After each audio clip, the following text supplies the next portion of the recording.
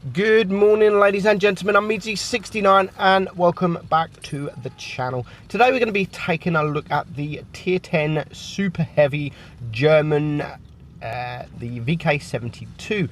Now, is this the worst tier 10? Is it the worst tier 10? What is your opinions? I honestly think yes, this is the worst tier 10. And just by me saying it's the worst tier 10 doesn't mean I hate the tank. I don't hate the tank. I actually quite enjoy the tank when you play it correctly. The armor, the armor's very strange. We are going to take a look at the armor after this battle in Blitz Hangar.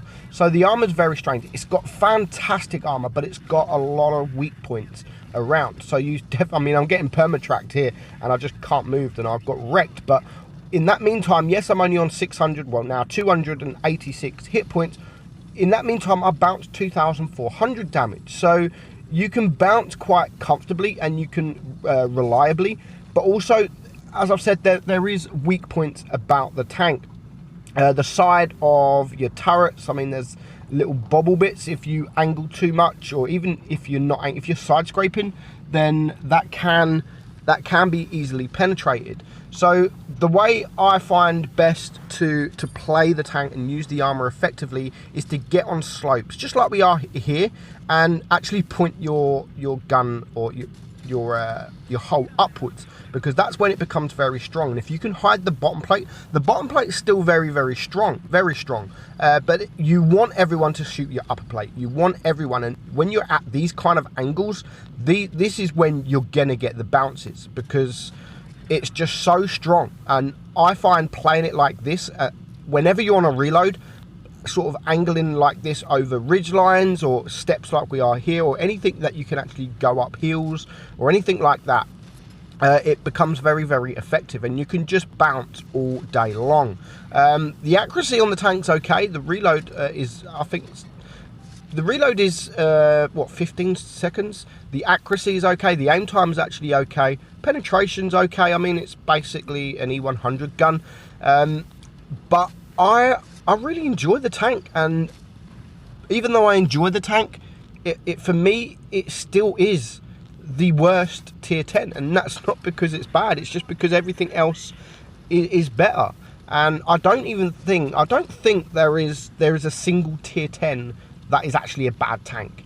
They are all decent tanks, and this is what everyone wants to play for, and they should all be decent tanks. They should be all good tanks, because this is the aim of the game, is to grind tier 10, to get those big guns, the fast reloading, the autoloaders, and everything like that. This is what people play the game for.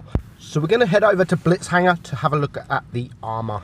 So the stats, first of all, the stats on the tank. The DPM is the lowest in tier 10. It's the heavies, mediums, TDs. It's the lowest DPM in tier 10. Penetration is 258, and it does have a 640 alpha. The rate of fire 3.85, and that gives it a 15.58 second reload. Aim time isn't so bad at 254. It's actually not bad at all. Dispersion's not too bad at 0.362, but most importantly, we're going to look at the armor of the tank, because that's where, I mean, it's a very strange tank. It's a very strange tank, because the front of, you can see just how red, I mean, 240 millimeters of armor on the front top plate, but that's 370 mil effective. That's just looking directly at it. And your bottom plate is 300 mil. But as you go up, I mean, your bottom plate really stays quite strong. You can look at it this direction, this angle, and you still have 263 millimeters of effective armor. So medium tanks, especially, and even some heavies, are still going to struggle to get that bottom plate penned. They will have to use Pramo. If they switch to Pramo, they will be able to pen it no problem at all. But I mean, if you're looking at this kind of angle and you're on a ridge, if you're not showing your bottom plate, your upper plate then becomes like 500 millimeters. So the deck is obviously really weak if tanks are looking down on you. But what's the weakest part is these little bobbles at the at the side of your turret, there is just little weak points. I mean, what, there? No, not there. There.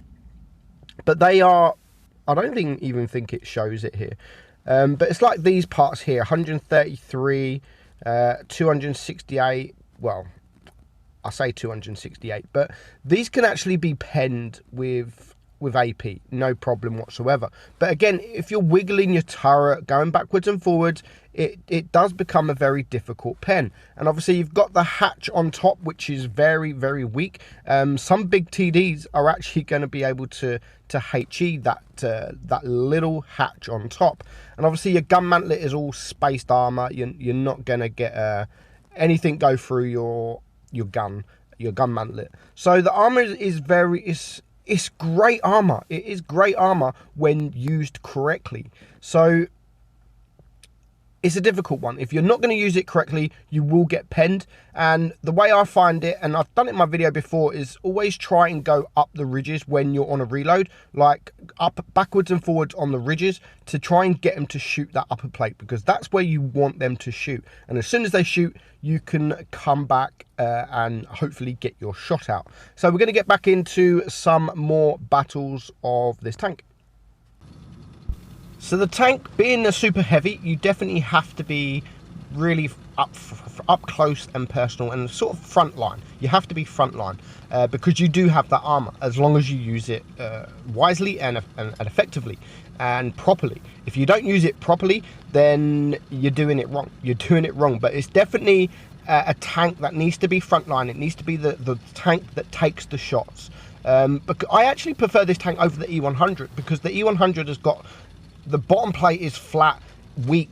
The cheeks are very, very weak. Under the gun is one of the weakest points of the tank. I mean, face hugging the tank is easy. Where this, when played right, the armor's just so strange and so good that it becomes very, very difficult. And it's not a tank you really want to be face hugging with if it's a good player in the tank.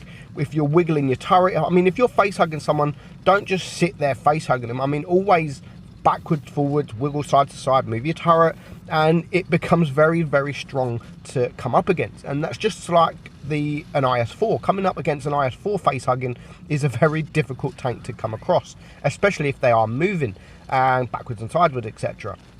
So this game, Black Goldfield, we're only going to have, I mean, we don't get too many shots off. I think we get like 6 shots off, but we do get a couple of nice HE rounds, which straight away we did get a start off 900 damage against the AMX. We are now 5 against 4. There is an E3 here, so we're all going to focus the same tank, which is focus firing at its best. We've got 4 tanks here, all focusing this full hit point E3, and I'm only going to get 1 shot off him before he dies. And it now just leaves the 3 medium tanks, which is the STB, and he's going to be dealt with. And then there is a standard B who is going to get, who's going to shoot me just before I come out. And now there is the Leopard PT8. So the HG on this thing is quite good. I mean, look, you can penetrate the bottom plate of the Leopard, no problem. So we don't want to miss. We don't want to miss, as it has a 15+ second reload. You don't really want to miss in this tank. And as you can see, I'm going towards the Leopard, and I'm just going towards him straight, just straight. You don't need to sort of angle. You don't need to come in. You just, against mediums, they will struggle to penetrate you, your frontally easily, and especially if you're coming towards them, because it's going to scare them. So again, we're going to get a final shot there in a standard B, just under 1,000 damage with HE. That pushes us up to 4.5k damage, and we are going to get the kill with a cheeky little ram. And I mean, we didn't do much. We really didn't do much there, but I thought we still had a lot of hit points. We still had a lot of hit points. We didn't really bounce much, but we do end up on a first class. We still make some credits.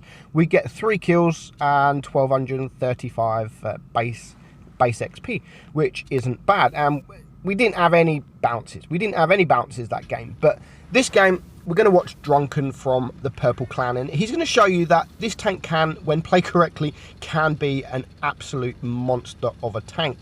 So he's on False Creek, and he's going to push the bridge to the left. The mediums, I mean, there's 3 mediums on the enemy team, and there's 3 mediums and a light tank on his team. So if they all pushed to the right side, then they should push and they should have that corner. Now he's going to see if he can get some side shots. Again, from this distance, I personally, maybe you can load HE if you want to risk it, but that was a nice shot. That was a nice clutch shot on the WZ-113.